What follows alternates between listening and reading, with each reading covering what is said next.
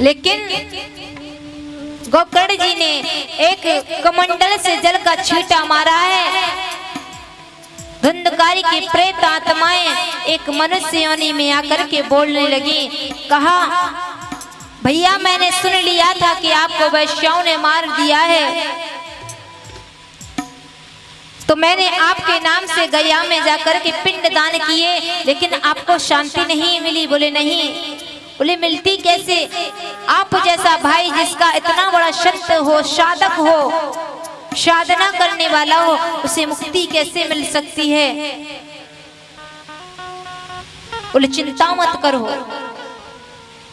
आज गोकर्ण जी ने सुंदर भागवत जी का मंच बनवाया, उसमें भागवत जी को प्रवेश करवाया, स्थान दिया है, एक बांस गड़वाया है। उस बांस के खम्भे में आकर के नेत्र बंद करके कहा, धुंधकारी आकर इसमें प्रवेश करो। धुंधकारी आकर के उस बांस खम्भे में आकर के प्रवेश हो गया है। पहले दिन की कथा सुनी है, पहली गांठ टूट जाती है। तृतीय दिन की कथा सुनी, दूसरी गांठ टूट गई है। तृतीय दिन की कथा सुनी, तीसरी गांठ फटती जा रही है। और जैसे ही धीरे धीरे प्रभु की वो 7 दिन की कथा धुंधकारी ने श्रवण की है, तो 7 गांठ टूट जाती। बोलिए भक्त और भगवान की, बोलिए गोकर्ण जी महाराज की।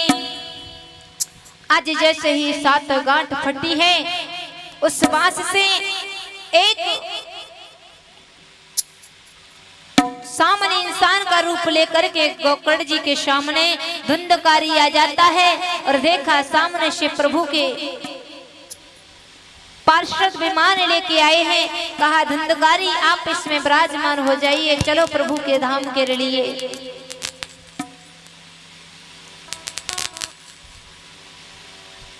गोकर्ण जी कहने लगे, एक बात बताइए पार्षद जी, आपने इन्हीं के लिए ये विमान लेके आई है? बोले हाँ। बोले यहाँ कथा तो सबने सुनी है, लेकिन विमान इनके लिए क्यों आया? प्रभु के वो पार्षद कहने लगे, क्योंकि इसलिए विमान आया है, इन्होंने भगवान की भागवत को बड़े मन और वाणी को एकाग्रचित करके सुना है, बड़े भाव से सुना है, इसलिए उन्होंने 7 दिन की सप्ताह को बड़े ध्यान से सुना है। इसलिए प्रभु ने इन्हें बुलवाने के लिए स्वयं विमान भेजा है।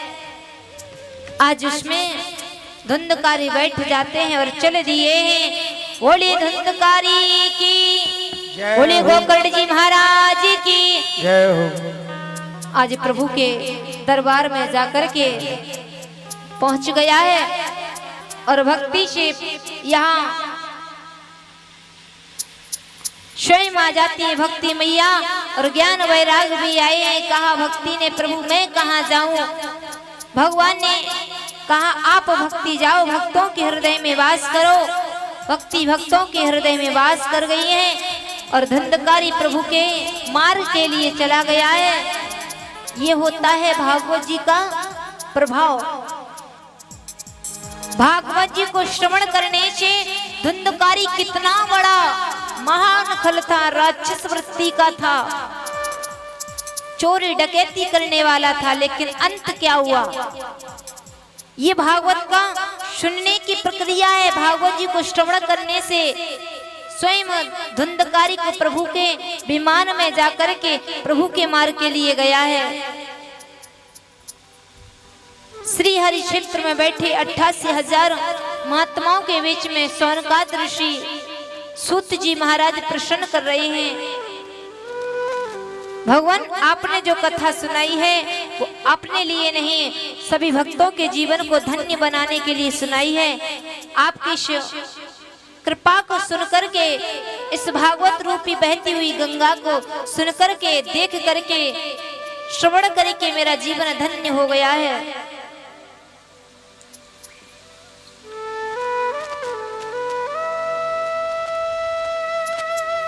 एक दिन की बात थी, सूत जी महाराज शौनकाद ऋषियों से कहते हैं, प्रभु एक बात बताओ, हमारी ये समझ में नहीं आता है। हम आपसे 6 प्रश्न करना चाहते हैं। बोले कौन से? बोले पहला प्रश्न ये है कि धर्म क्या है, धर्म की सबसे बड़ी प्रवृत्ति क्या है? क्या 5 बार माला जाप करने से धर्म होता है? दिन में 5 बार स्नान करके प्रभु का भजन करना धर्म है? क्या माता पिता की सेवा करना धर्म है? या फिर घर को छोड़ के जंगल में चले जाना, भगवान को अपने आप में समर्पण कर दो, ये धर्म है? और दूसरा प्रश्न ये है, हमें इस बात का संकोच रहता है हर एक भक्त के मन में कि कोई दुर्गा मैया की पूजा करता है, कोई भोले बाबा की पूजा करता है, कोई बांके बिहारी को पूजता है, कोई राम जी को पूजता है, कोई किसी को पूजता है, लेकिन समय नहीं आता है कि सबसे बड़ा हमें किसका भजन पूजन करना चाहिए। तीसरा प्रश्न मेरा ये है कि वेद पुराणों में ये लिखा है कि भगवान अजन्मा है। ध्यान से सुनेंगे, सूत जी महाराज सोनकाद ऋषियों से प्रश्न कर रहे हैं कि वेदों में लिखा है कि भगवान अजन्मा है। यदि भगवान अजन्मा है तो प्रभु यशोदा नंदन कैसे बन के आए, कौशल्या नंदन कैसे बन के आए? चौथा प्रश्न मेरा ये है कि आप एक बात बताइए, कोई कहता है भगवान के 12 अवतार हुए हैं, कोई कहता है भगवान के कितने अवतार हुए, लेकिन समझ में नहीं आता है कि भगवान के हैं कितने अवतार। हरि अनंत, हरि कथा अनंता,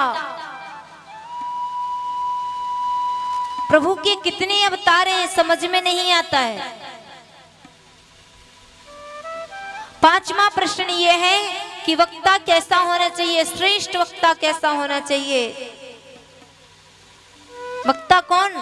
कथा कहने वाला, जो आप सभी के बीच में आपको जो थोड़ा सा ज्ञान देता है, जो भक्तों के हृदय को प्रभु के मार्ग की तरफ ले जाता है, वक्ता कैसा होना चाहिए। सबसे श्रेष्ठ वक्ता कौन सा होना चाहिए? जो अपने वक्तव्य को कभी खत्म न होने दे, बात पे बात निकालने वाला, अपने वक्तव्य को खत्म होने न दे, वो होता है वक्ता। और छठवां प्रश्न ये है, 6 प्रश्न किए थे कि जब भगवान अपनी लीला को समाप्त करके जा रहे थे और प्रभु ने अपने आंखों के सामने पूरे यदुवंशियों को मरते हुए देखा, ये सत्य है या गलत है? सोनकाद ऋषि कहने लगे, हे सूत जी महाराज, आपने जो प्रश्न किया है वो बहुत अच्छा किया, मेरा हृदय गदगद हो गया है आपके प्रश्नों को सुन के। हे सूत जी महाराज, आपने प्रश्न जो किए वो अपने भले के लिए नहीं, प्रजा के हर एक व्यक्ति के भले के लिए किए हैं। मेरा जीवन धन्य हो गया है इन प्रश्नों को सुनकर के। एक दिन की बात थी, सोनकाद ऋषियों के मन में एक भाव आया। बैठे हुए थे, सोच रहे थे कि अब जन जन में भागवत का प्रचार कैसे हो। जन जन में भागवत जी का प्रचार कैसा हो। तब तक देखा कि नारद जी आ गए हैं।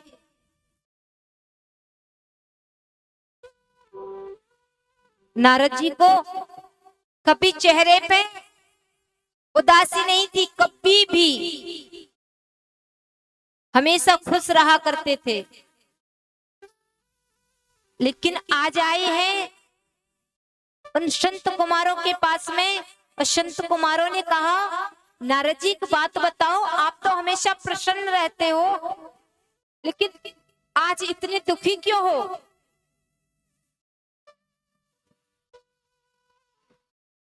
कहा भगवान क्या बात बताऊं, आजकल संसार में देखा है इंसान जीने के लिए जी रहा है, मृतक के समान जी रहा है। कोई झूठ का सहारा तो इतना ले लिया है इस संसार में, हर एक बात को झूठ बोलता है व्यक्ति, और थोड़ा सा भी सत्य बोल लिया तो मान जाता है कि हरिश्चंद्र के बाद मेरा ही नंबर आने वाला।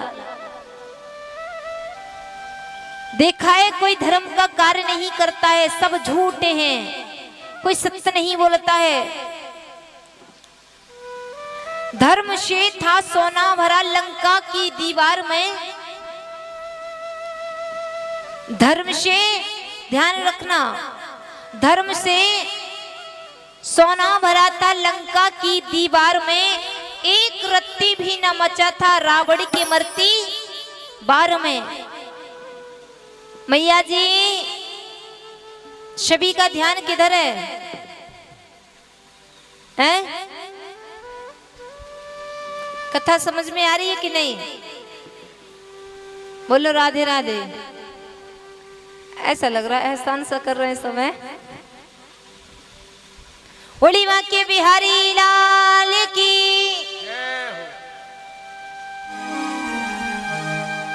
धर्म से भरा सोना था लंका की दीवार में, एक रत्ती भी नहीं बचा था रावण की मरती बार में।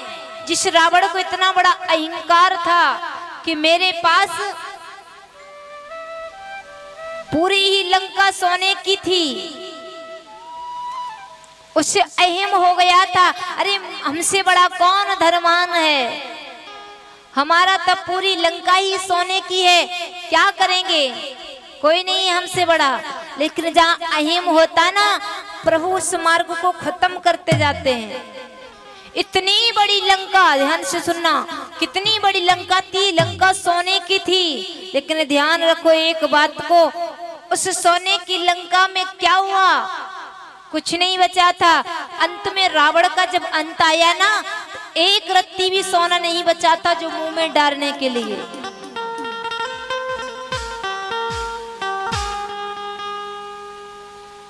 एक रत्ती भी नहीं बचा था, जल के भस्म हो गया था। क्यों? उससे अहिम था, घमंड हो गया था। जाने न देना धर्म को, करना न लोभ धन धाम का, और धर्म ही जाता रहा तो धन बचा किस काम का। ऐसा धन बेकार है, ऐसी दौलत व्यर्थ की बेकार है जो प्रभु के दरबार में काम ना आए। ऐसे हाथ बेकार है जो भगवान के दरबार में प्रणाम न कर सके। वो सर बेकार है जो प्रभु के दरबार को झुक के नमन न कर सके।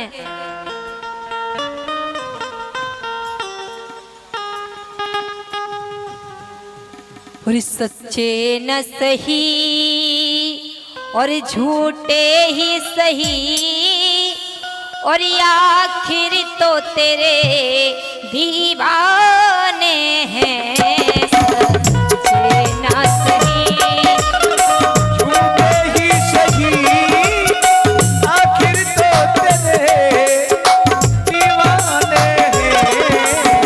सच्चे न सही झूठे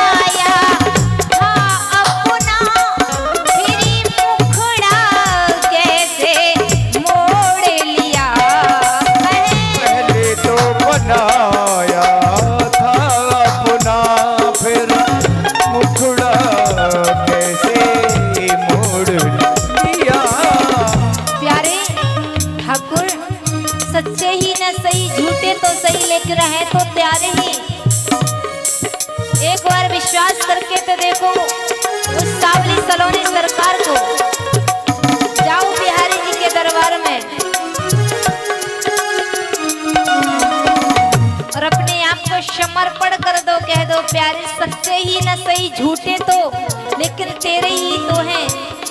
पहले तो बनाया हाँ अपना, फिर मुखड़ा कैसे मोड़ लिया। पहले तो बनाया था अपना, फिर मुखड़ा कैसे मोड़ लिया। साधक ना सही ओ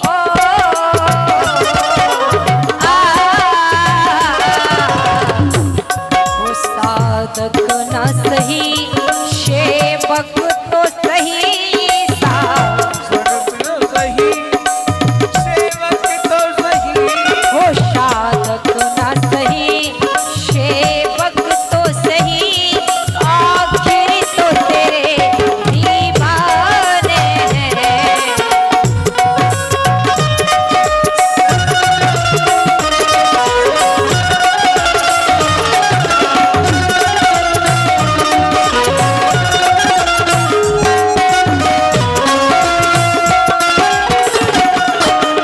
मगन होके तालियां बजाइए।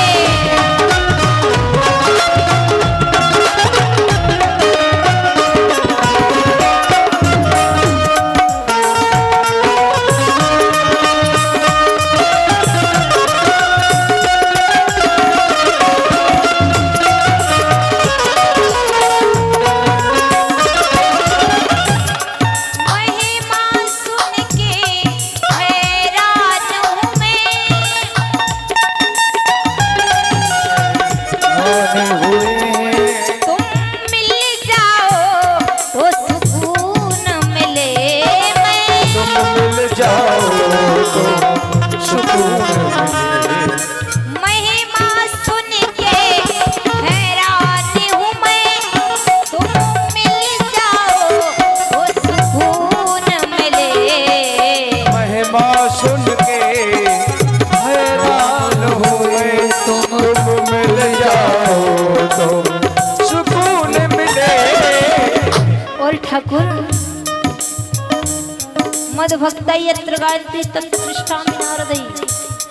ऐसी सरकार कहाँ मिलेगी, ऐसी सरकार कहाँ मिलेगी जिसने सब कुछ दे दिया लेकिन फ्री दे दिया, पैसा नहीं कोई मोल नहीं। फ्री में हम तो आए हैं अपनी कंपनी का प्रचार करने। ध्यान से, एक श्याम नाम की कंपनी है हमारी, उसका प्रचार कर रहे हैं हम। तो भैया जिसको जो चीज पसंद आए वो खरीद लो फ्री में। कहीं फ्री में कोई चीज नहीं मिलती है लेकिन हमारी कंपनी से फ्री है। सस्ते में फ्री में ले जाओ और जो पसंद हो तो ले जाओ, नहीं पसंद है मेरा मुझे वापस कर दो प्यारे। महिमा सुन के हैरान हूँ मैं, तुम मिल जाओ तो सुकून मिले। तुम मिलते नहीं हो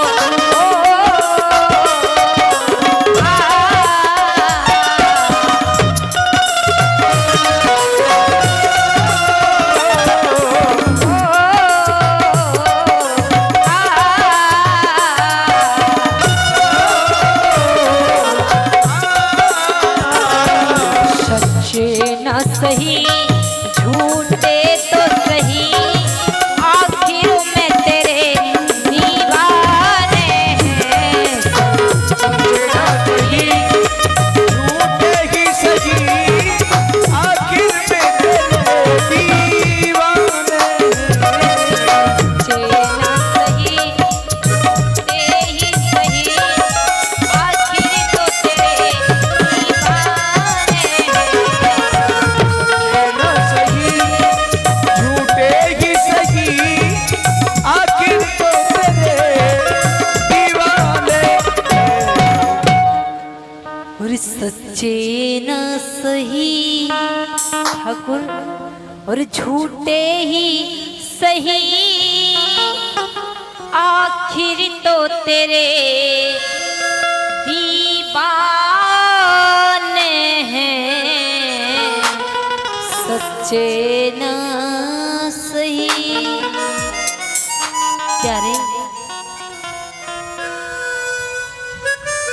क्या बताऊं, सच्चे ना सही झूठे ही तो सही, लेकिन क्या करूं, लेकिन है तो तेरे ही, जैसे हैं तैसे तेरे ही हैं, तूने भेजा है तेरे ही है और तेरे ही बन के रहेंगे। ये भक्ति की प्रवृत्ति होती है,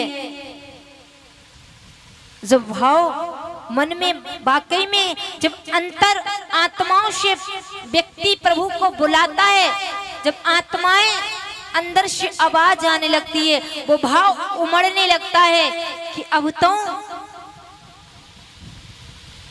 जाने का समय आ गया है, कुछ ऐसा कमा के ले जाओ जो यहाँ के लिए तो बहुत बैंक बैलेंस कमा के रख लिया है, लेकिन वहां जाओगे तो वहां भी तो कुछ ऐसा लेके जाओ जो भगवान तुमसे पूछेंगे, वहां के लिए तो बहुत कमाया लेकिन यहाँ के लिए क्या लेके आए, तो क्या कहोगे जाकर।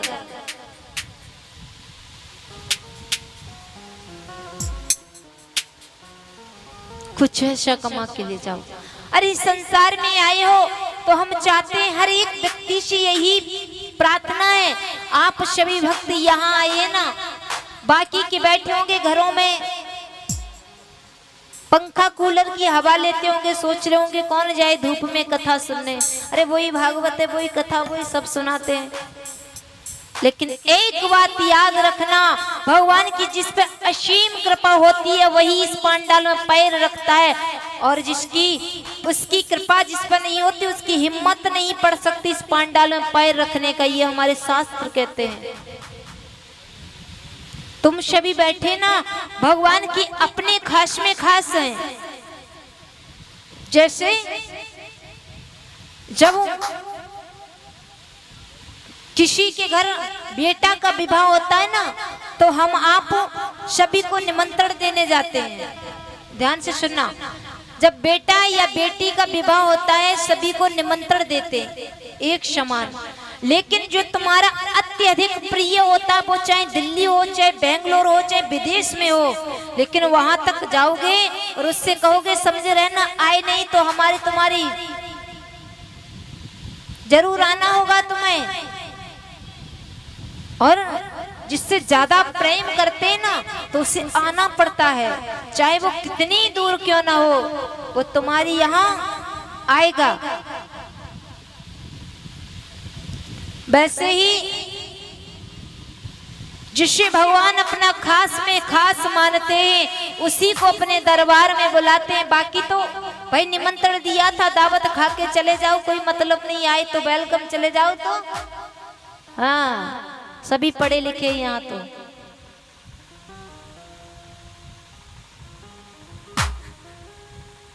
बहुत से लोग अपने बैठे होंगे, अपने कार्यों में लगे होंगे,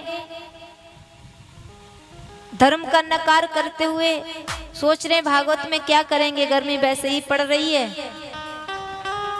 इससे अच्छा कोई काम कर लेंगे, और ये काम नहीं तो कुछ और काम कर लेंगे, हैं कुछ न कुछ तो चलता ही होगा। देखो एक बात कहूं, बेशक व्यास मन से है, लेकिन हम कहते इसलिए कड़वा शब्द, जब तक हम कड़वा शब्द नहीं बोलेंगे और कड़वा बोलेंगे तो आप लोगों को लगेगा, और लगेगा तो थोड़ा परिवर्तन जरूर आएगा।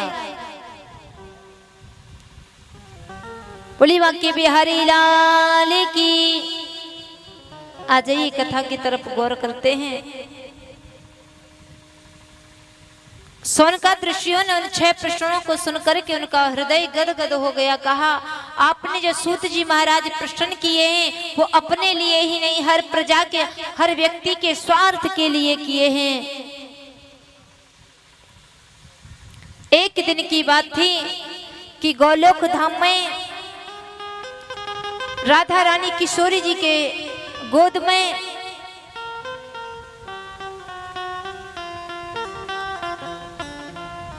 एक तोता क्रीड़ा कर रहा था, खेल रहा था। अब भागवत जी को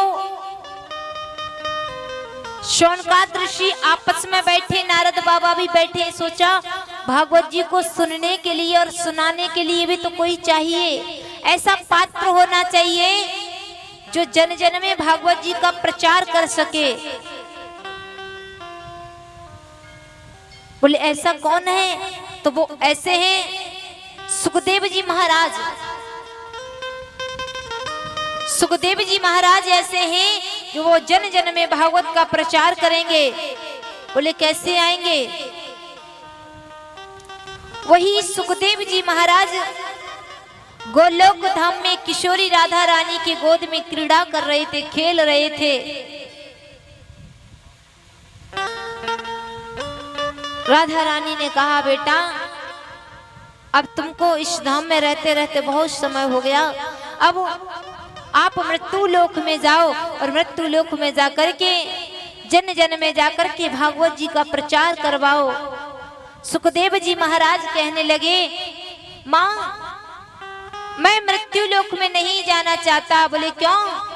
कि सत्य कहता हूँ जो इंसान पृथ्वी पे गया है उसे मोह माया घेर लेती है। वो जाकर के जैसे ही पृथ्वी पे पहुंचा और माया उसे जकड़ लेती है बुरी तरह से। और हम नहीं चाहते कि हम पृथ्वी पे जाकर के माया मुझे जकड़ ले। और जो भजन पूजा होता है माया के चक्कर में, मोह माया के चक्कर में लोग भूल जाते हैं। राधा रानी ने कहा बेटा ये हमारा आशीर्वाद है कि आप जाओ, तुम पे माया का कोई भी प्रकोप नहीं पड़ेगा, माया की छाया कोई भी नहीं पड़ सकती है, जाओ।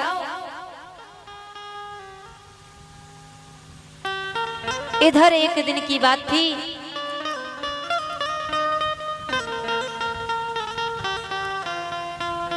नारद जी कहते हैं हमारे ब्रज में कहते हैं नारम ज्ञानम तदाति इत नारदा। नारम ज्ञानम तदात इत नारदा। नारद जी वो पात्र हैं भागवत जी के, इन्हीं के कारण जन जन में प्रचार हुआ है भागवत जी का। नारद जी बैठे हुए थे, सोचा नारद वो हैं जो ज्ञान की प्रवृत्ति को देने वाले होते हैं और अज्ञान का अखंडन करने वाले होते हैं। अज्ञान माने अज्ञानी, बेकार काम का अखंडन कर देते हैं और ज्ञान का मार्ग बताते वो हैं नारद। नारद जी ने सोचा सुखदेव जी महाराज तो जब ही आएंगे जब भोले बाबा मैया पार्वती जी को अमर कथा सुनाएंगे और उसी के द्वारा भोले बाबा जब मैया पार्वती को अमर कथा सुनाएंगे तभी तो सुखदेव जी महाराज पृथ्वी पे आएंगे। कहा नारद जी का एक काम था, जिस घर में झगड़ा होता था उस घर का झगड़ा तो बंद कराते थे और जिस घर में झगड़ा नहीं हुआ उसका करवा देते थे। सोचा ब्रह्मा जी का तो पिताजी का तो मैया से हो चुका है, लक्ष्मी मैया का भी विष्णु भगवान से हो चुका है, लेकिन कभी मैंने सुना नहीं कि भोले बाबा का और पार्वती मैया का तो झगड़ा हुआ ही नहीं। अब देखो नारद जी का काम क्या है, झगड़ा कराने में नंबर 1 थे और झगड़ा जहां होता था वहां बंद कराने में भी नंबर 1 थे। भोले बाबा कैलाश पर्वत पे बैठे थे, समाधि में लीन थे और कैलाश पर्वत पे नारद जी गए, विराजमान हुए। पार्वती मैया आनंदमयी बैठी हुई थी, खुश थी।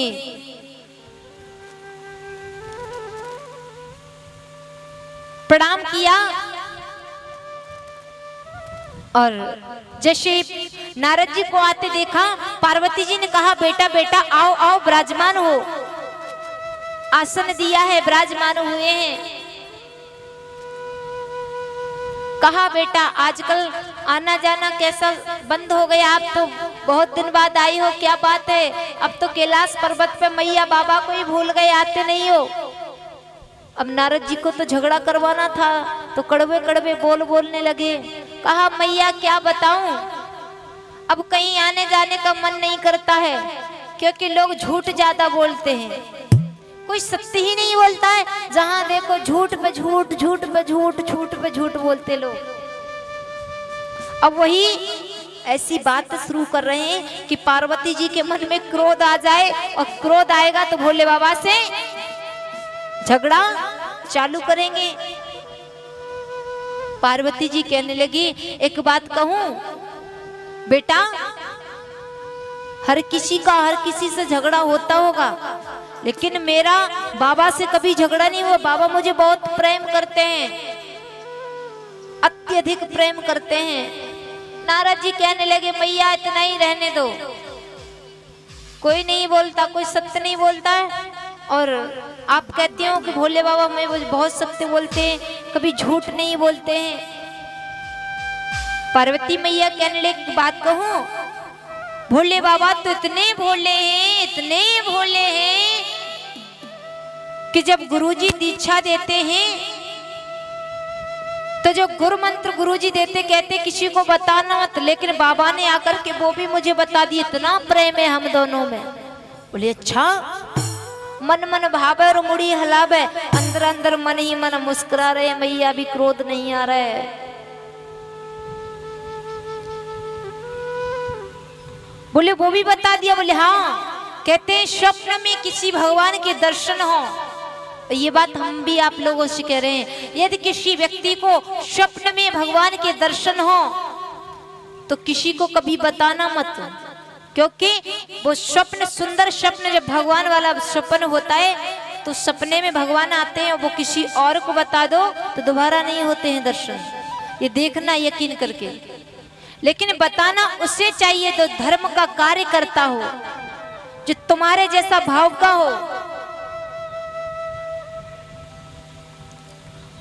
लेकिन बाबा तो मुझे वो भी बताते हैं, आज हमने इस देवता के दर्शन किए हैं, आज उनके दर्शन किए, और आप कहते हैं कि लोग झूठ ज्यादा बोलते हैं। नारद जी कहने लगे, मैया एक बात बताओ, कभी झूठ नहीं बोले? बोले कभी नहीं बोले। तो फिर बाबा ने ये भी बता दिया होगा कि जो उनके गले में मुंडों की माला है वो किसकी है? क्या? बोले बाबा ने ये बताया होगा कि उनके गले में जो मुंडों की माला पड़ी है वो किसकी है, ये भी बता दिया होगा। और पार्वती जी ने सोचा, बेटा वैसे तो सब कुछ बचा दिया, लेकिन आज तक ये बताया ही नहीं उनके गले में। हम तो भी देखते हैं कि किसके मुंडों की माला है।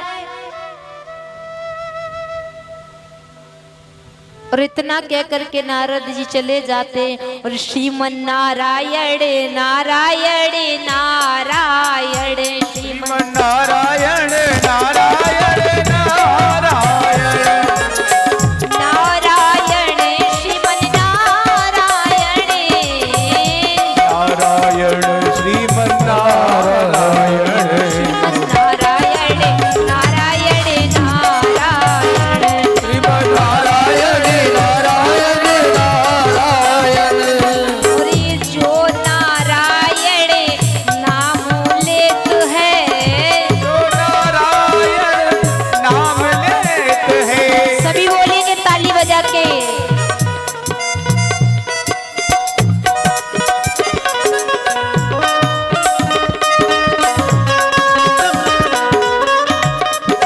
किसी को भगवान का दूसरा नाम मालूम है?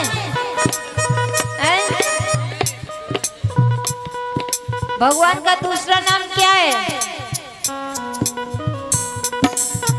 ओ मोरी मैया,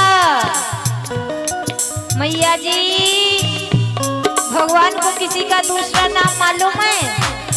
पीछे वाले भक्तों से निवेदन है, भगवान का दूसरा नाम किसी को मालूम है?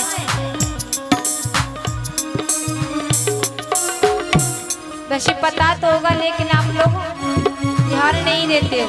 नहीं मालूम? मालूम हो तो बता दो, कोई बात नहीं।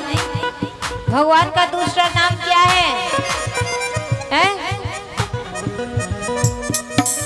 नारा, आगे नारायण। भगवान का दूसरा नाम है नारायण, वही तो हम कहलवा रहे हैं। अब कोई पूछे भगवान का नाम दूसरा क्या, नारायण। और ये जो नारायण नाम लेत है, जो नारायण नाम लेत है, अरे पाप होए सब क्षारायण श्रीमन नारायण। नारायण नारायण ओ श्रीमन नारायण नारायण नारायण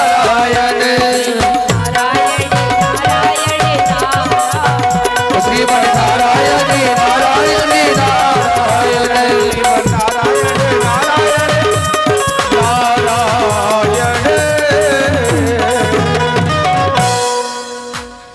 नारद जी ने सोचा कि पार्वती मैया को क्रोध आ गया। कहा बेटा, वैसे तो भोले बाबा कुछ नहीं छुपाते, लेकिन उन्होंने कभी मुझे ये नहीं बताया तो उनके गले में जो मुन्नों की माला है वो किसकी है। कहा आज ही देखूंगी क्या है। वैसे तो कहते मैं कभी किसी से झूठ नहीं बोलता, हमेशा सत्य बोलते हैं, लेकिन ये कभी नहीं बताया। और नारद जी नारायण नारायण कह के चले गए। अब शाम को भोले बाबा इधर कैलाश पर्वत पे बैठे थे। नारद जी वहां से होके गए और कहा बाबा मैया ने बुलाया, आश्रम में जल्दी पधारना। भोले बाबा समझ गए, बेटा यदि तुम गए थे उस आश्रम में, उस आश्रम में तुम गए हो तो जरूर अवश्य ही याद किया होगा। समझते थे कि तुम बहुत बड़े छलिया हो। अब तो भोले बाबा आए, और स्त्रियों को जब क्रोध आता है ना तो मान लो देवी से काली बहुत जल्दी बन जाती हैं। हाँ, और क्रोध आए तो समझो फिर तो फिर ही है, भूल जाती हैं। आज भोले बाबा तो बड़े खुश होके आए थे, लेकिन एक बात मन में सोच रहे थे कि आज नारद जी घर आए हैं तो कुछ न कुछ अवश्य बात जरूर होगी। पार्वती जाकर के कोप भवन में लेट गई। अब कोप भवन कैसा होता है?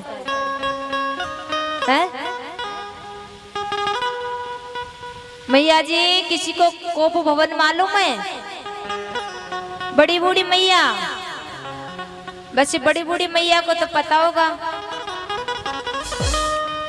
किस किस को मालूम है कोप भवन?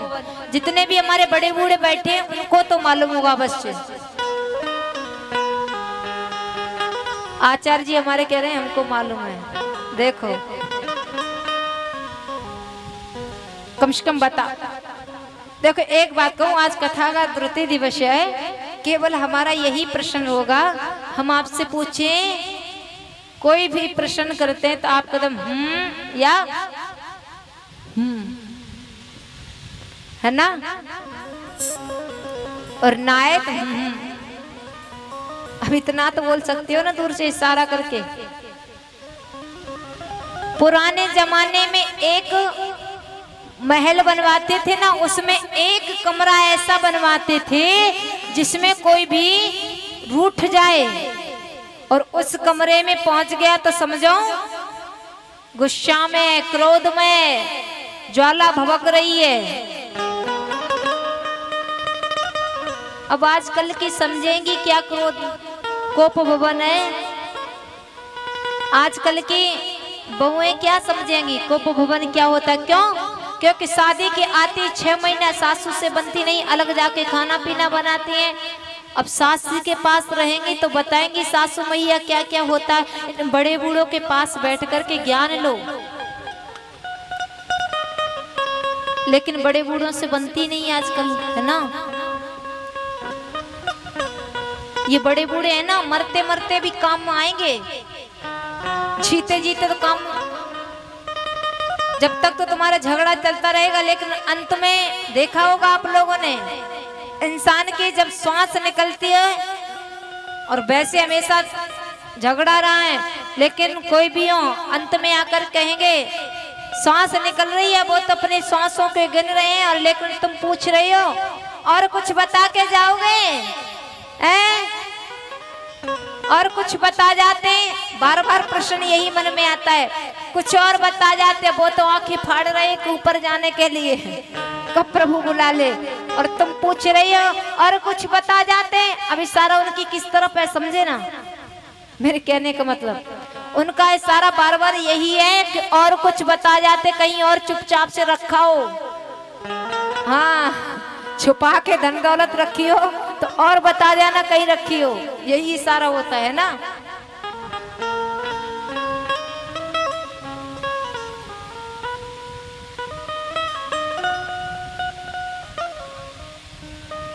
आज भोले बाबा आए हैं, पार्वती मैया कोप भवन में लेटी हैं और पार्वती जी को देखा,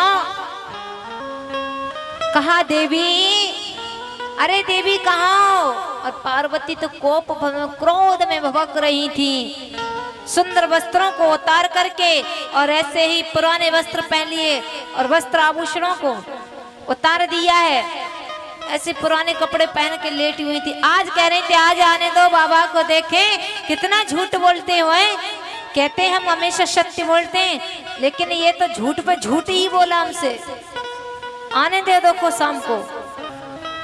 लेकिन इन माताओं की एक प्रवृत्ति होती है, पहले जमाने में एक धर्म था, सबसे बड़ा कौन सा? पतिव्रत धर्म है ना। लेकिन आज के जमाने पे पतिव्रत धर्म कोई नहीं मानता, पत्नी व्रता धर्म ज्यादा चल रहा है। समझ गए कैसा? स्त्रियां तो पति का धर्म नहीं मानती, लेकिन ये पुरुष देवता होते ना, ये इनके कहने में बहुत चलते हैं। पतिव्रता धर्म नहीं चल रहा, पत्नी व्रता ज्यादा चल रहा है।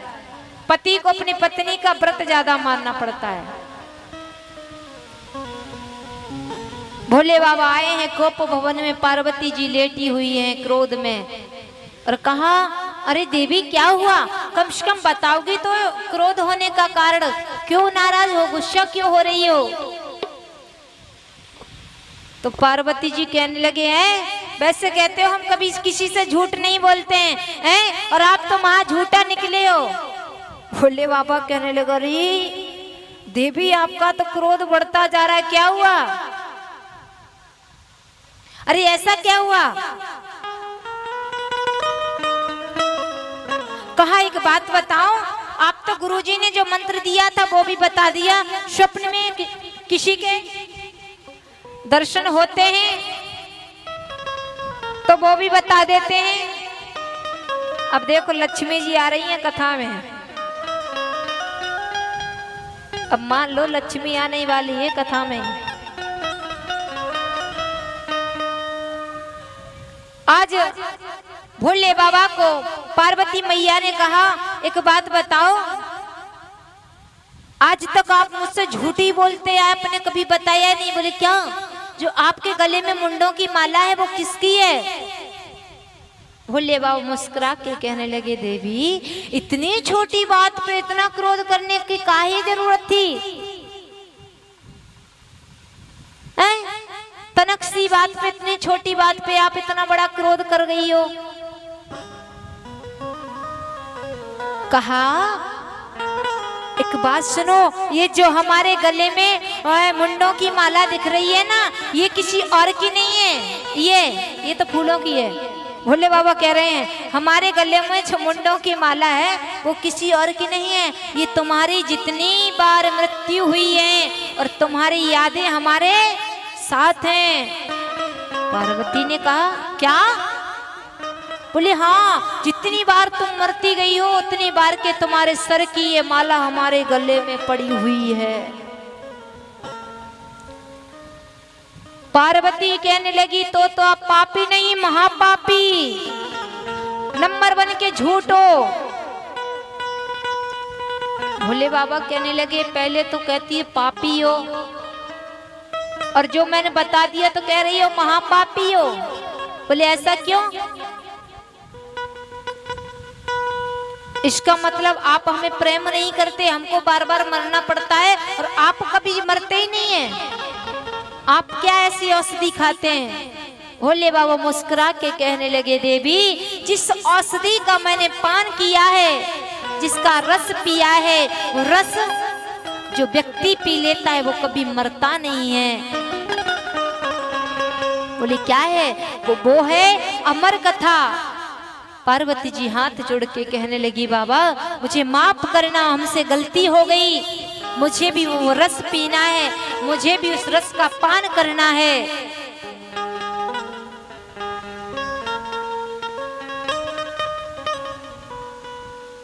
कहा वो कौन सा रस है? बोले उसका नाम अमर कथा है। पार्वती जा भोले बाबा से बार बार आग्रह करने लगी, प्रभु मैं भी मरना नहीं चाहती, मुझे भी अमर कथा का पान करवा दीजिए। मैं भी चाहती हूँ कि अमर कथा मुझे भी सुनने को मिले और मेरा भी जीवन धन्य हो जाए, मैं कभी नहीं मरना चाहती।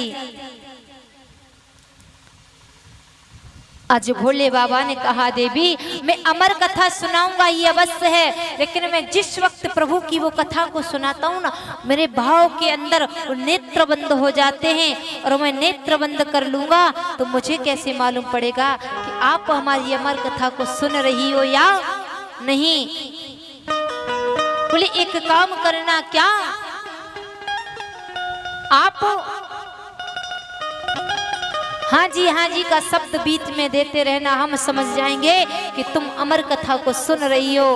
भोले बाबा जाकर के कैलाश पर्वत पे एकांत स्थान पे रमणीक सुंदर जगह पे पार्वती मैया को ले गए हैं।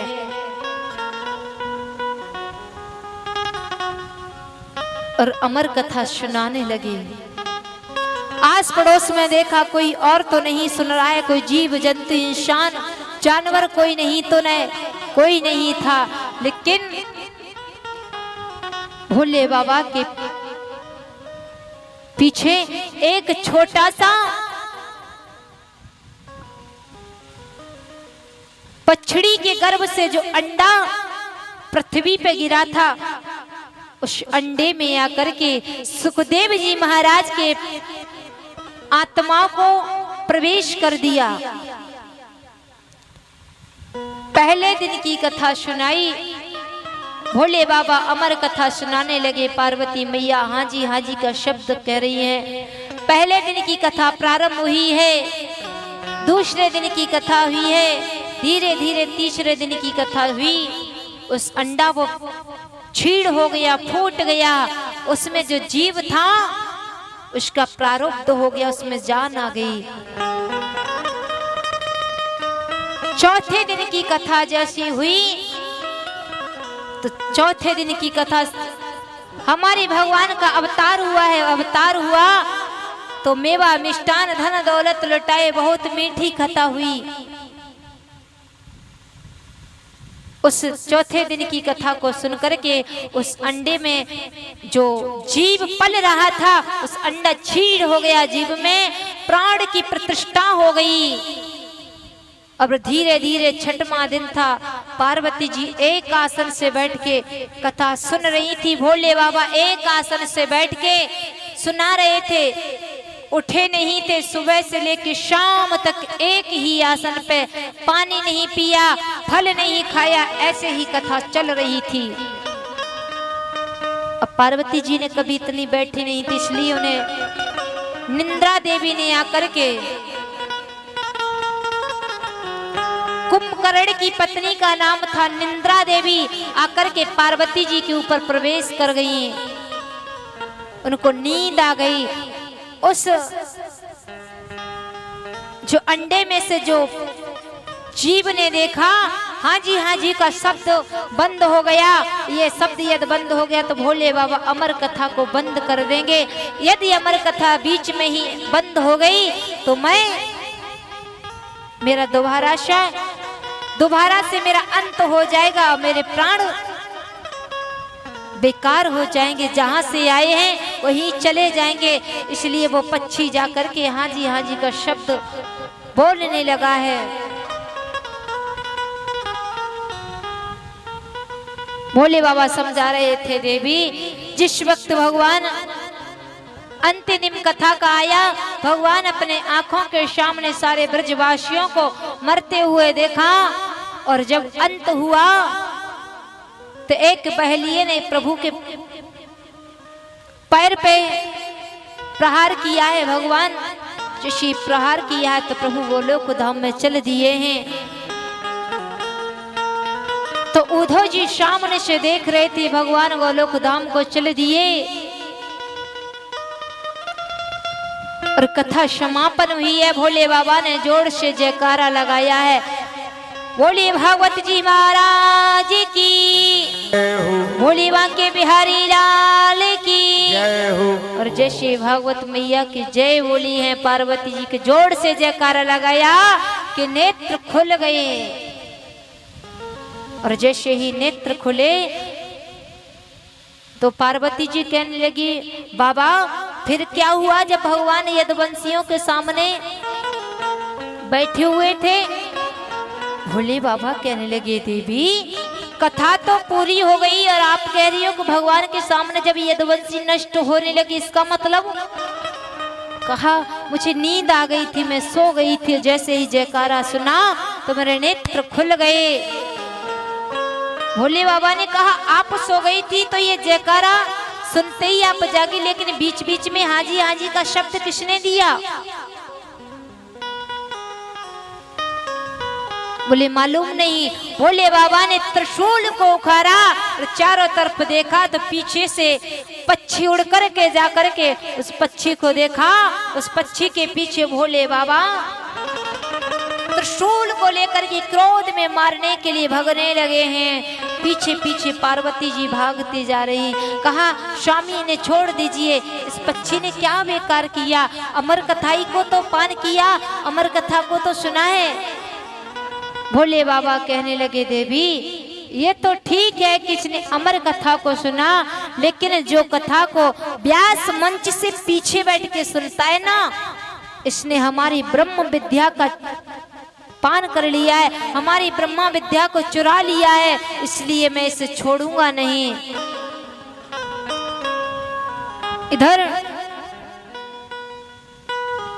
वेद व्यास जी की पत्नी, दोनों का जीवन विवाह के बाद बुढ़ापा आ गया था, किसी संतान ने जन्म नहीं लिया था। सोच रहे थे कि वो जीवन कब आएगा। व्यास जी की पत्नी का नाम था बिटुका देवी। व्यास जी ने समझाया कि देवी एक बार वो समय आएगा कि स्वयं भगवान तुम्हारे यहाँ अवतार लेंगे आकर के, लेकिन कब लेंगे ये मालूम नहीं। कुछ दिन बाद प्रभु की ऐसी कृपा हुई को वेद व्यास जी की पत्नी बिटुका देवी बैठी हुई थी। गर्भ प्रवेश हो गया और 12 साल हो गई।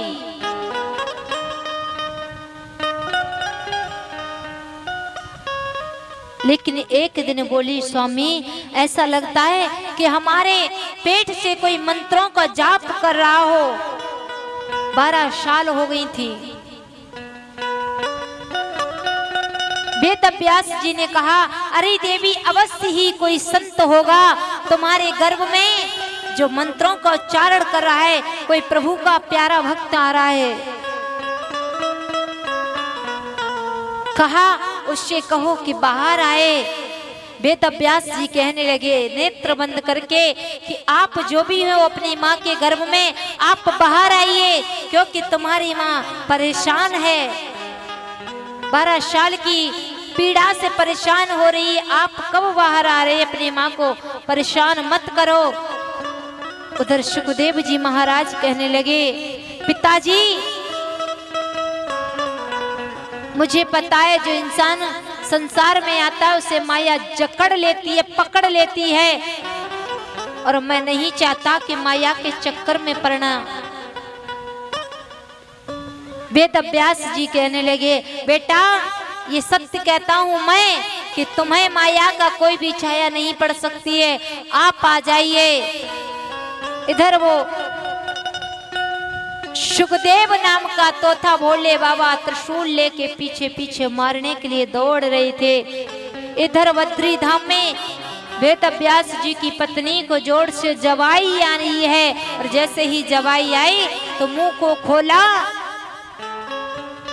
जैसे ही जवाई आई और मुंह को खोला, और जैसे ही मुंह को खोला तो वो पक्षी जाकर मुख से गर्भ में प्रवेश कर गया है। बोलिए भक्तर भगवान की। कम से कम जयकारा तो तेज से लगाया करो, यहाँ से वृंदावन तक आवाज जाए कि मेरे भक्त मुझे बुला रहे हैं ना।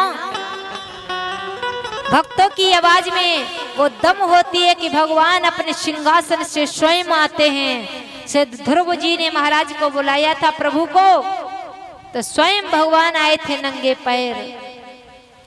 प्रहलाद जी ने भगवान को बुलाया तो भगवान नरसिंह का अवतार लेके आया है। गज ने जब प्रभु को बुलाया तो भगवान स्वयं आए थे।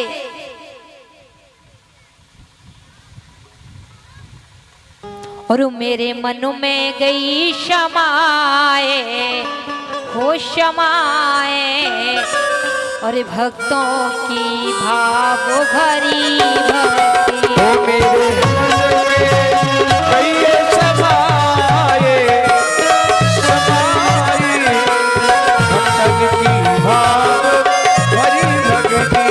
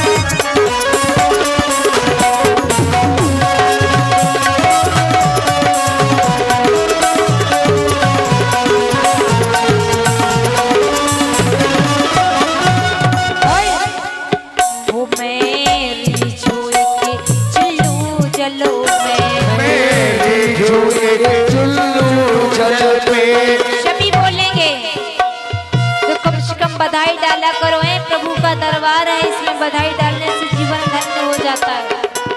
तालियां बजाया करो। और लाला को डस्टोन होए ना नाती आ जाए तो समझो इतनी खुशी होती है। पैर में चप्पल नहीं मिलेगी, इधर इधर उधर उधर कहीं इधर कहीं उधर है। यहाँ भागवत जी हो रही है तो शर्म लग रही है बधाई डालने में। मेरी चुल्लू जलो में, मेरी झूठी एक चुल्लू जल पे, बिक जाऊं मैं एक तुलसी दल पे, बिक जाऊं मैं तुलसी दल पे, बिक जाऊं मैं एक तुलसी दलों में, ओ बिक जाऊं मैं तुलसी दल पे। पीने की छाछ सुहाए वो सुहाए, भाव भरी हिय में गई समाई समाई, भगतन की भाव भरी तालियां बजाते हुए हाथ उठा के तालियां बजाओ सभी एक बार।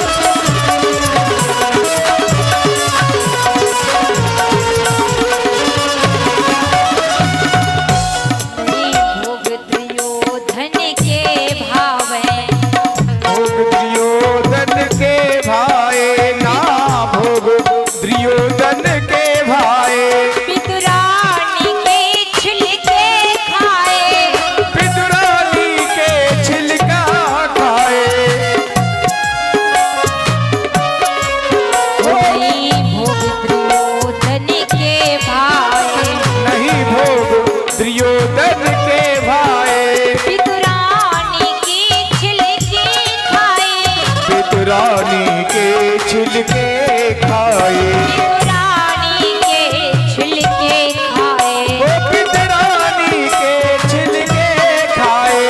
और देखो इनकी चाच सुहाए, वो सुहाए भाव भरी प्यारे। इनकी छाछ सुहाए, हो सुहाई भगवान की भाव भरी भक्ति।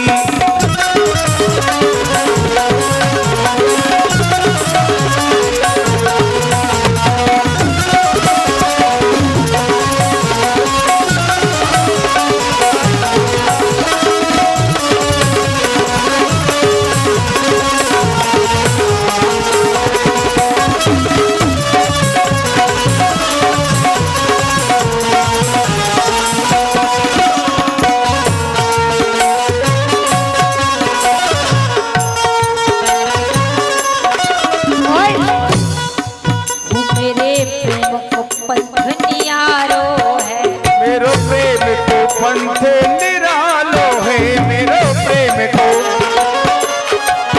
मेरो प्रेम को पंथ निरालो है, मेरे प्रेम को पंथ निरालो है। मेरो प्रेम को पंथ निरालो है। जय जाने जानने हारो है, जय जाने जानन हारो है।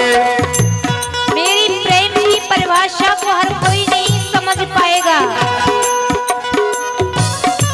मेरी और मोहन की बातें या वो समझे या मैं जानूं, मेरे प्रेम को पंथ निरालो है। मेरो प्रेम को पंथ निरालो है। जय समझे जानने हारो है, जय समझे समझन हारो है। जय जाने जानने हारो है। जय जाने जानन हारो है। और वो प्रभु मार्ग दियो बताए, वो बताए, वो बताए भगतन की भाव भरी। गुरु मार्ग दियो बताए, बताए भगतन की भाव भरी भक्ति।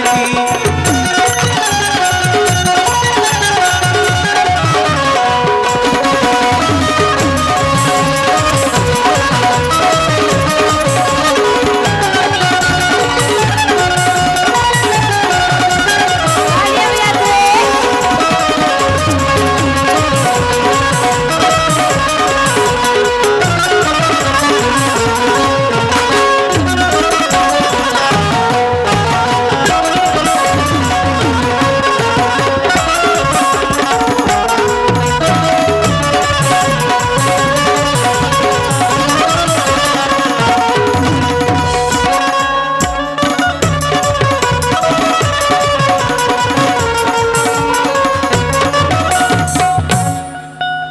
और मेरी ही में गई क्षमाए, और भक्तों की भाव भरी भक्ति। और मेरे प्रेम को पंथ न्यारो है, और चाहे जाने जानने हारो है। और प्रभु मार्ग दियो बताए, वो बताए। और भक्तों की भाव भरी भक्ति।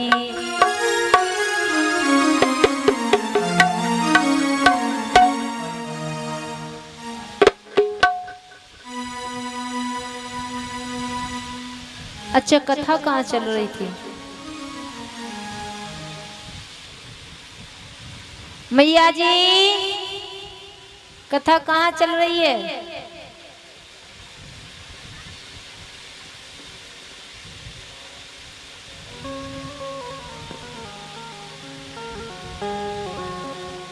आज मुझे पता चल गया कि आप लोग बैठे यहाँ हैं। मन कहाँ है? सारस में चल रही है। बड़ी शर्म की बात है, गांव सारस में कथा चले, पता नहीं आपको? आपका तो गाँव ही है, आपको नहीं मालूम कथा। मैंने पूछा कहाँ चल रही है, कह देते इसी पांडाल में इसी जगह चल रही है, गांव सारस है? देखो ध्यान से सुना करो। हम चाहते हैं कि आप लोग अपने गृह कार्य को छोड़ के आए हो, दिन की नींद को त्याग के आए हो, एक बार और भोजन करते दिन में वो भी छोड़ के आए हो, तो ध्यान से सुना करो कथा, है ना? हाँ,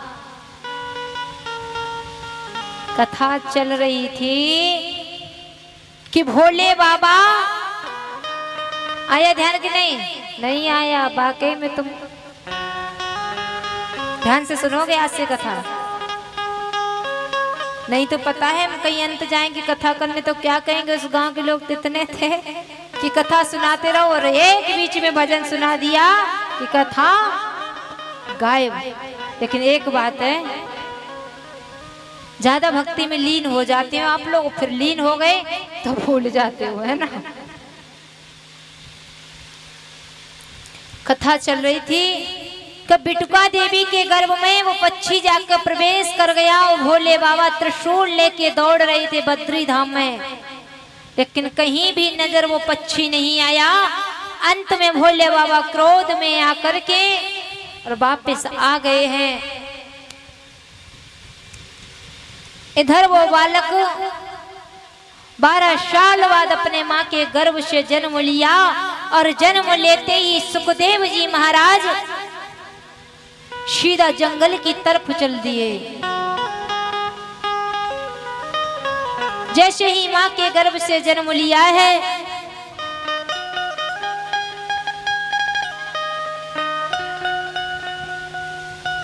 जन्म लेने के बाद आज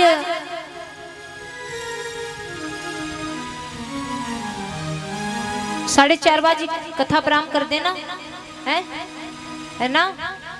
आगे बढ़ाई जाए या नहीं?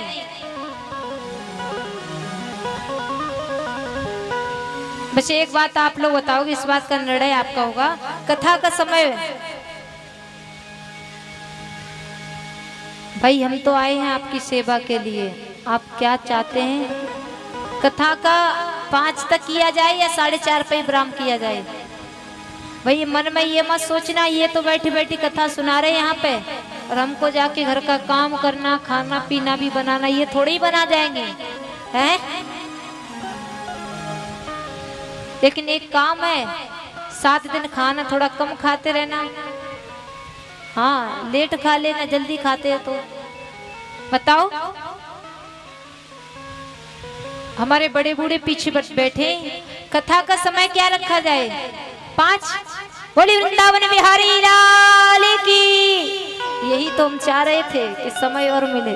आप लोग वैसे 9 बजे तक बैठेंगे तो 9 बजे तक कथा चलती रहेगी, मुझे तो अच्छा लगेगा, है ना? आज भोले बाबा वापस आए हैं। इधर जिस बेटा ने मैया के बिटुका देवी के गर्भ से जन्म लिया है, इनका नाम सुख यानी तोता सुखदेव रखा गया। ये जन्म लेते ही सीधे जंगल की तरफ चले जा रहे हैं। पीछे से व्यास जी जाए हैं। कहा बेटा आप कहाँ जा रहे, आप कहाँ जा रहे हो? सुखदेव जी ने किसी की बात को नहीं सुना, सीधे जंगल की तरफ चले गए हैं। ऐसा महान संत बेटा है, वो जन्म लेते ही सीधा जंगल की तरफ चला गया। व्यास जी ने बहुत प्रयास किया उस बेटा को, उस बालक को वापस बुलाने के लिए, लेकिन वापस नहीं आया। अंत में जाकर के परेशान हो गए, वापस लौट आए। अब कहा ये नहीं आएगा। एक दिन की बात थी,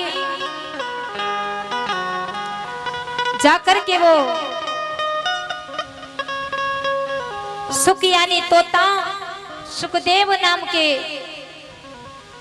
उस बालक ने जाकर जंगल में समाधि लगा ली, भगवान के भजन में लीन हो गए।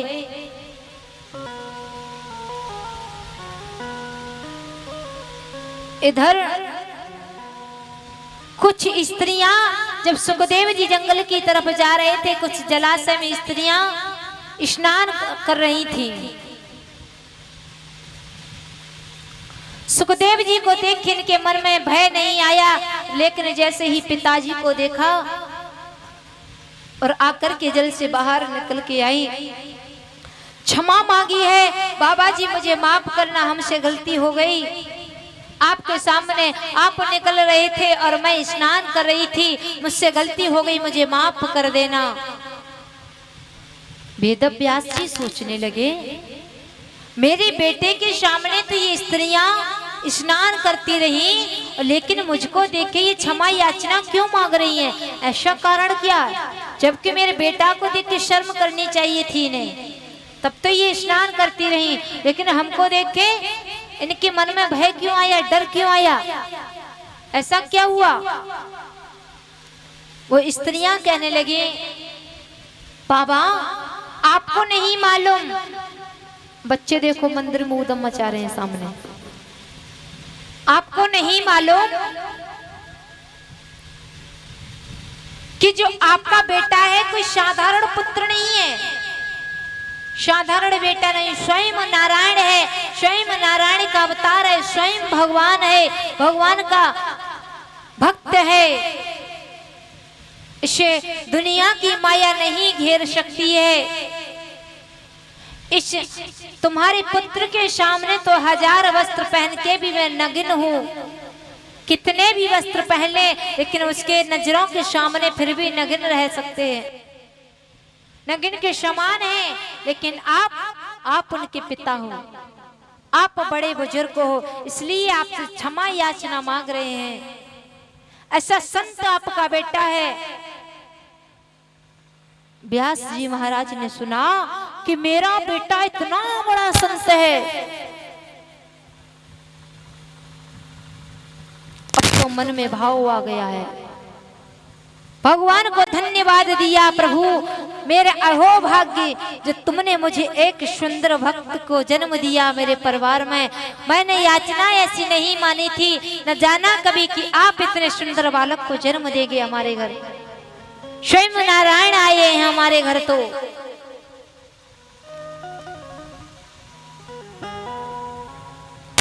इधर नारद जी नारायण नारायण करते आए हैं। वेद व्यास जी बैठे हुए थे, सोचा ऐसा कोई काम करें श्रीदेव जिससे मेरा बेटा अखंड भक्ति में लीन है। और जब तक सुखदेव जी महाराज, नारद जी ने सोचा सुखदेव जी महाराज उस जंगल में ऐसे ही भजन करते रहे तो भागवत का प्रचार कौन करेगा आगे।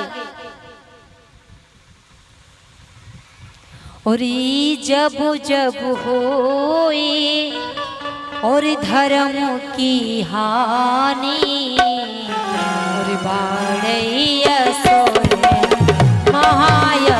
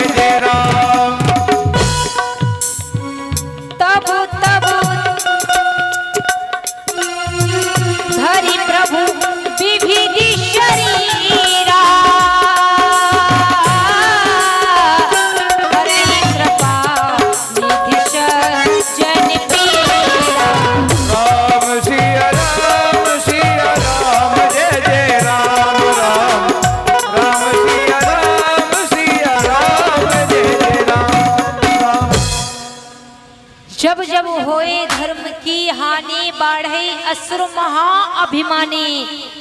जब जब पृथ्वी पे कोई भी उपद्र होता है, असुरों की संख्या बढ़ जाती है, तब तब प्रभु स्वयं अवतार लेके आते हैं और भक्तों के लिए भगवान स्वयं अवतार लेकर आकर के अपने भक्तों के हृदय में वास करते हैं। अपने भक्तों के हृदय के जो कष्टों की निवृत्ति प्रभु करते हैं। नारद जी ने कहा, तुम्हारा बेटा तो भजन करने के लिए जंगल में चला गया, उसे बुलाने के लिए भागवत जी का आगे प्रचार कौन करेगा? बोले एक काम करो,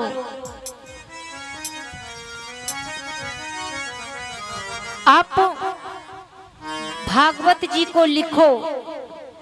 वेद व्यास जी कहने लगे, हमसे ये नहीं हो सकता, क्योंकि अब मेरा शरीर बुढ़ापा हो गया है और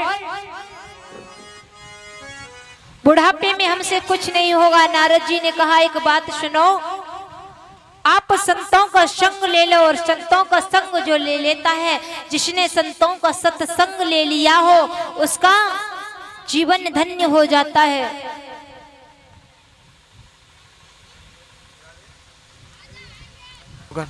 और संतों के जीवन में, संतों का संग में वो प्रभाव है, उसका प्रमाण मैं हूं।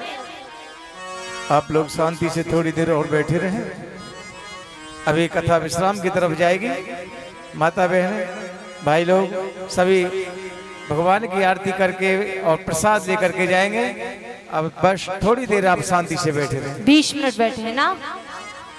बोली वाक्य बिहारी लाल की। ये तो बनता आवाज 20 मिनट के लिए टाइम 4 कोई सही रहे। आज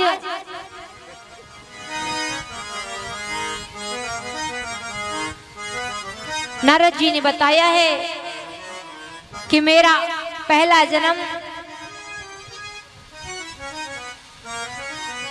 एक दासी की गर्भ से हुआ था। मेरा नाम बालक रामदास था। मेरे पिता मेरे जन्म होते ही मर गए थे। मेरी माँ विधवा थी। उस विधवा मैया ने मेरा लालन पालन किया। लेकिन एक दिन कुछ 4 धाम की यात्रा के लिए बाहर से संत आए। मेरी माँ ब्राह्मणों के घर जाकर के भोजन बनाती और भोजन बना करके मेरा लालन पालन करती, उससे मेरा पेट भरता। उन ब्राह्मणों के घर कुछ 4 धाम की यात्रा के लिए संत आए और संत के यहाँ तो सुबह से लेकर शाम तक प्रभु के नाम की चर्चाएं होती हैं। वहाँ सत्संग हुआ करता था। मेरी माँ मुझे ले जाया करती थी, मैं जाता था। संत बताते थे, बेटा, संतों ने बताया कि ये दुनिया जो भी दिखाने के लिए तुम्हें दिखती है, तुम्हारी नहीं है, कोई किसी का नहीं है प्यारे। ये सब सारे झूठे नाते हैं। न तो बेटा माँ के लिए है, न माँ बेटे के लिए है। मेरी माँ रोती थी कि कहीं मेरा बेटा मेरा साथ न छोड़ दे, और मैं रोता था कि आप लोग मुझे साथ मत छोड़ के जाना। और इन संतों की वाणी से मुझे इतना प्रेम हो गया। मैंने सुना कि वो संत जाने वाले हैं, तो मैंने उन संतों से कहा, आप लोग जा रहे हो लेकिन मुझे छोड़ के मत जाना।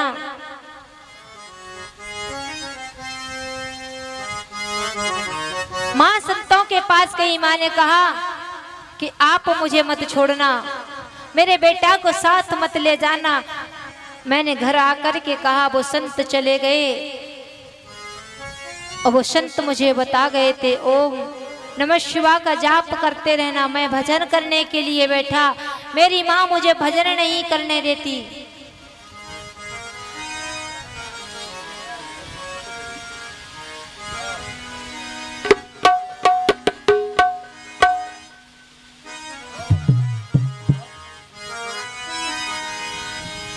राम भजो न कियो कछु सुकृत, सुंदर यूं पछताई रहेगो। भोर से साँझ घड़ी छिन माहे, तो ही काल अचानक आन गहेगो। संत की महिमा अभी व्यास जी बता रहे थे। संत की महिमा और सत्संग की महिमा बड़ी विचित्र है, लेकिन कोटि उपाय किए धन के हिते,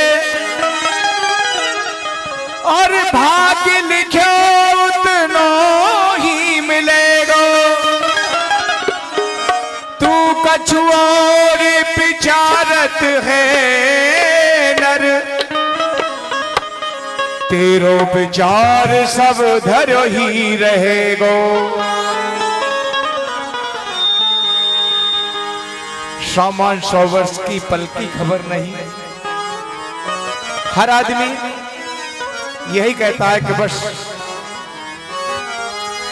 100 वर्ष तक का इंतजाम करता है, बच्चों का, बीवी का, लेकिन पल का नहीं पता, पल में जन क्या हो जाए। 2 पल की जिंदगानी, एक रोज सबको जाना। अरे बरसों की तू क्यों सोचे, पल का नहीं ठिकाना। 2 पल की जिंदगानी,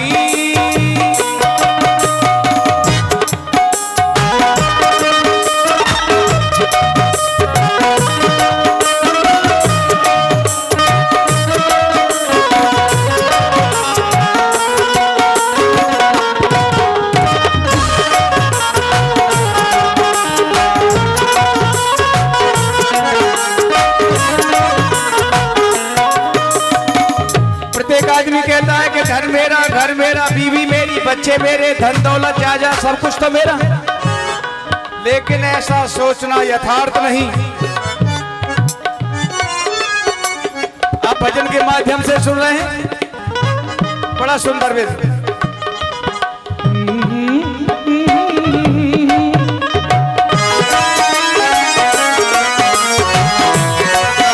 तो पल की जिंदगानी,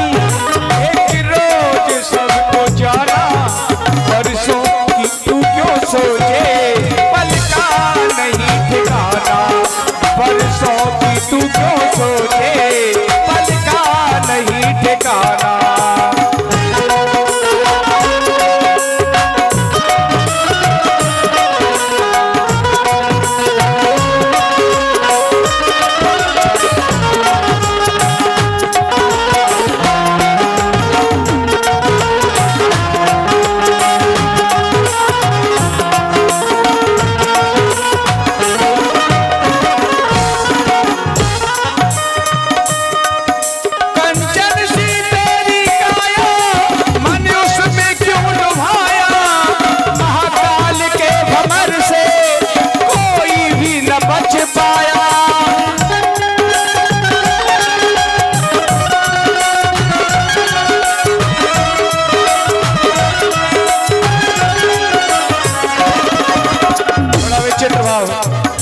कहते ना, तेरे ऐश के सामान सारे, अरे सब धरे रह जाएंगे। यार तेरी लाश पर रोते खड़े रह जाएंगे। देखिए, कंचन सी तेरी काया, मन उसमें क्यों लुभाया। महाकाल के भंवर से कोई भी न बच पाया।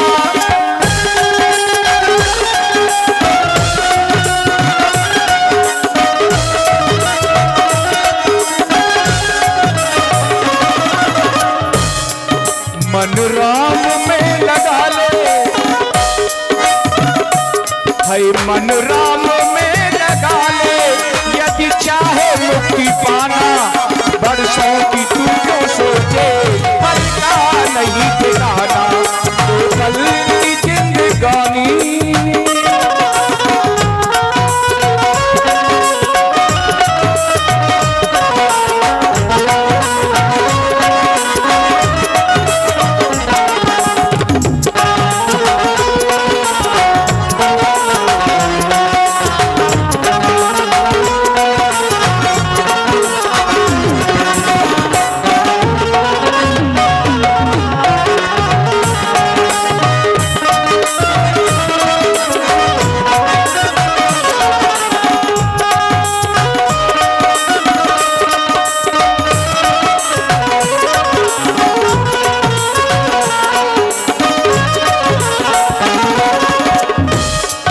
कहते हैं ना, लाखों गए जहां से लाखों करोड़ों आए, लाखों ने हरि को ढूंढा लाखों समझ न पाए।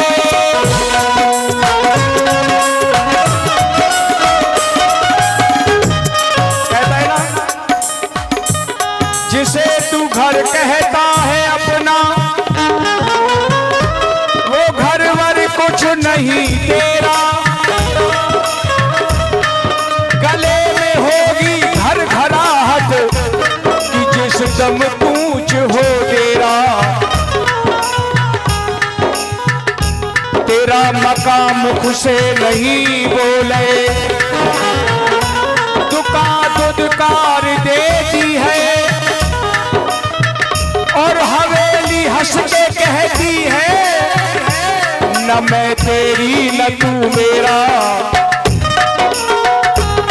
लाखों गए जहां से लाखों करोड़ों आए, लाखों ने हरि को ढूंढा लाखों समझ न पाए।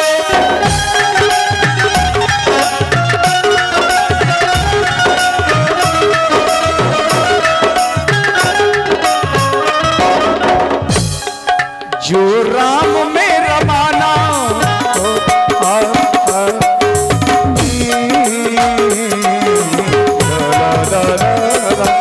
जो राम में रमाना, बेकार उसका आना। बरसों की तू क्यों सोचे, पल का नहीं ठिकाना। तो पल की जिंदगानी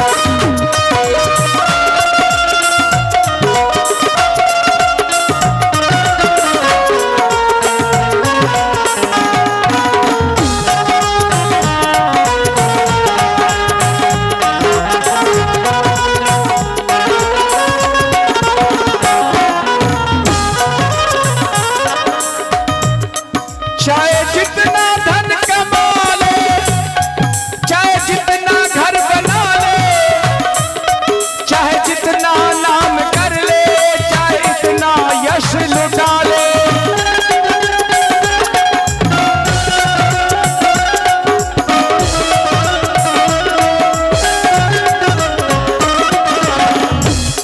अरे कर्ज में नर्तन लिया था,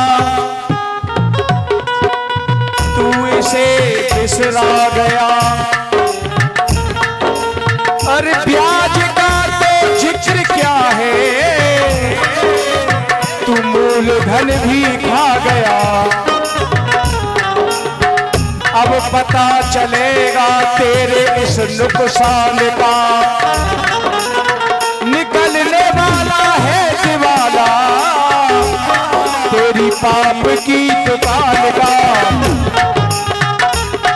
चाहे जितना धन कमा ले, चाहे जितना घर बना ले, चाहे इतना नाम कर ले, चाहे इतना यश लुटा ले, आएगा जब बुलावा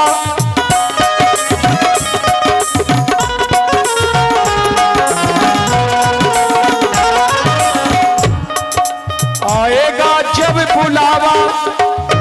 जब वहां से टिकट कट जाएगी ना, बुलाना आएगा, आज चलना है तो चलना माने चलना है। फिर ये नहीं सोचना है कि लड़की की शादी करके जाऊंगा कि लड़के की शादी करके जाऊंगा। आएगा जब बुलावा, चले कोई ना बहाना। बरसों की तू क्यों सोचे, पल का नहीं ठिकाना। तो पल की जिंदगानी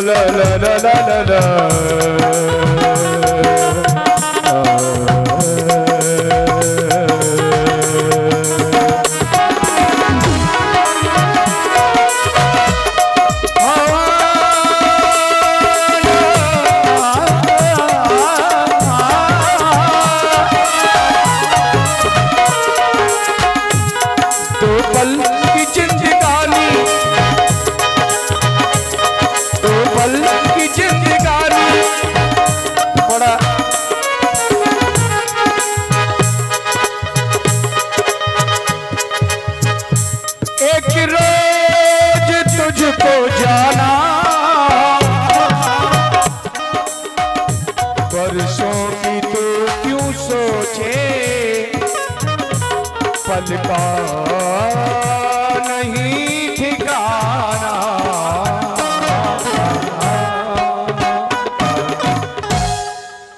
भोली वृंदावन बिहारी लाल की। आज वेदव्यास जी महाराज ने अपने शिष्यों से जाकर के सुखदेव जी महाराज को बुलवाया है और सुखदेव जी महाराज को प्रभु ने आज वेदव्यास जी ने आज उनका पूजन करवाया और सारी विद्याएं भागवत जी का पूरा ज्ञान सुखदेव जी महाराज को दे दिया। बोलिए सुखदेव जी महाराज की जय हो। बोलिए भक्तर भगवान की जय हो। और कल होगा भोले बाबा का विवाह। सभी झांकियों के द्वारा भोले बाबा का विवाह होगा। सभी भक्त बड़े भाव से आकर के प्रभु के उस विवाह के दर्शन करेंगे। एक छोटा सा भजन, उसके बाद आरती।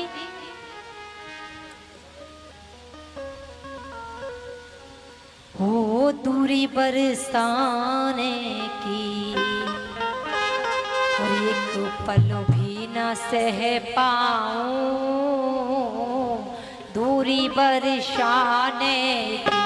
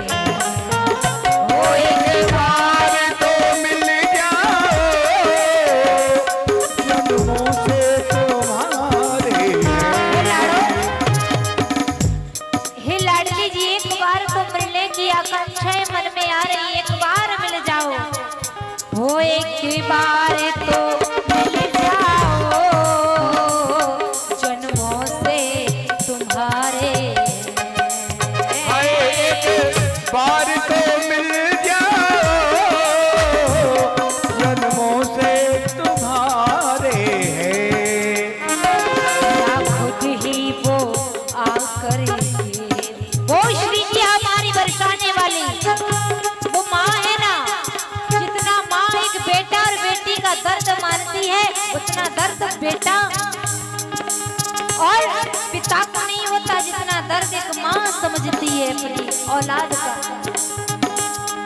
वो आकर के खुद ही मुझे आकर सवाल की,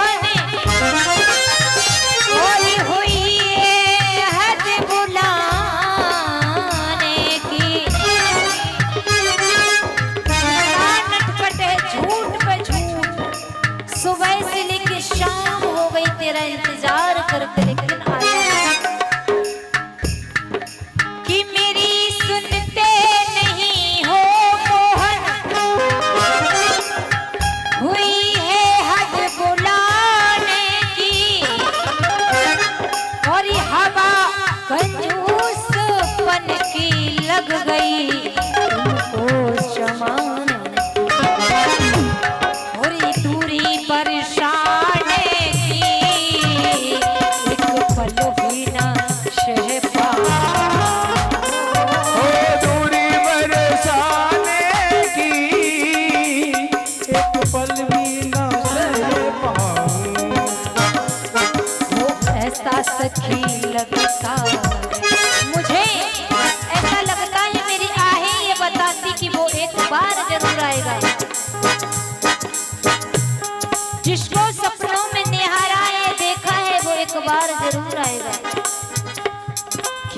ऐसा सखी लगता है मेरी आहें बुलाती है।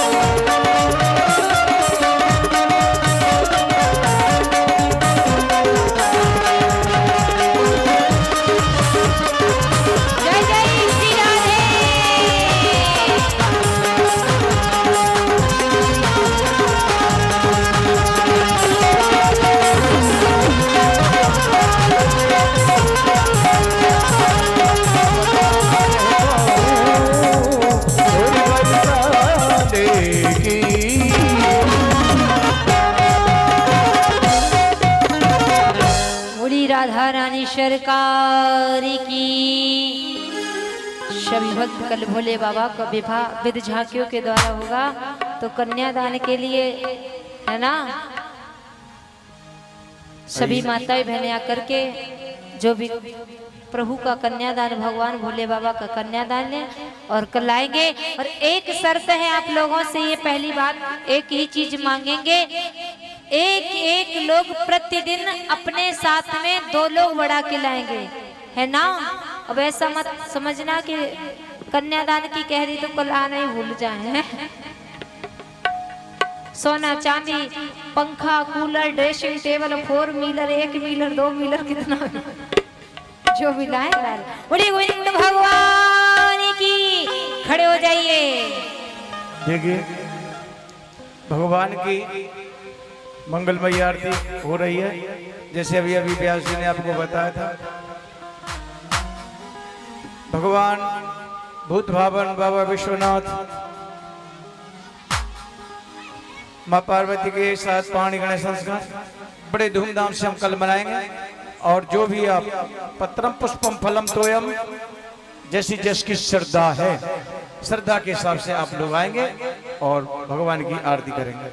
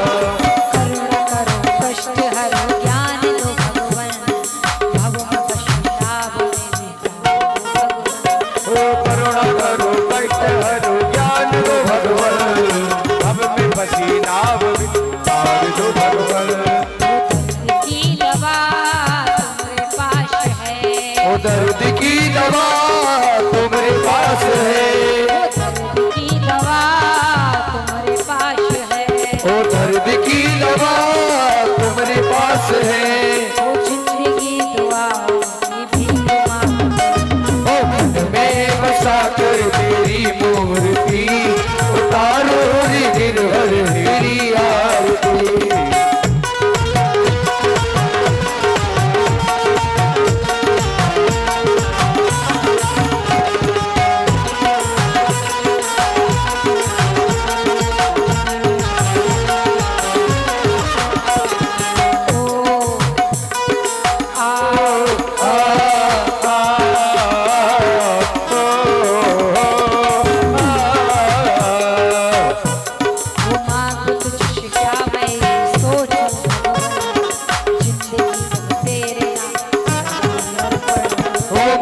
तुझसे क्या मैं ये सोचूं ये भगवान, जिंदगी अब तेरे नाम कर दिए अर्पण। ओ मांगो तुझसे क्या मैं ये सोचूं भगवान, जिंदगी सब तेरे नाम। ओ मांगो तुझसे क्या मैं ये सोचूं ये भगवान, जिंदगी जब तेरे नाम कर दिए अर्पण। ओ सब कुछ तेरा कुछ नहीं मेरा, सब कुछ तेरा कुछ नहीं मेरा, वो सब कुछ तेरा कुछ नहीं मेरा, वो सब कुछ तेरा कुछ नहीं मेरा।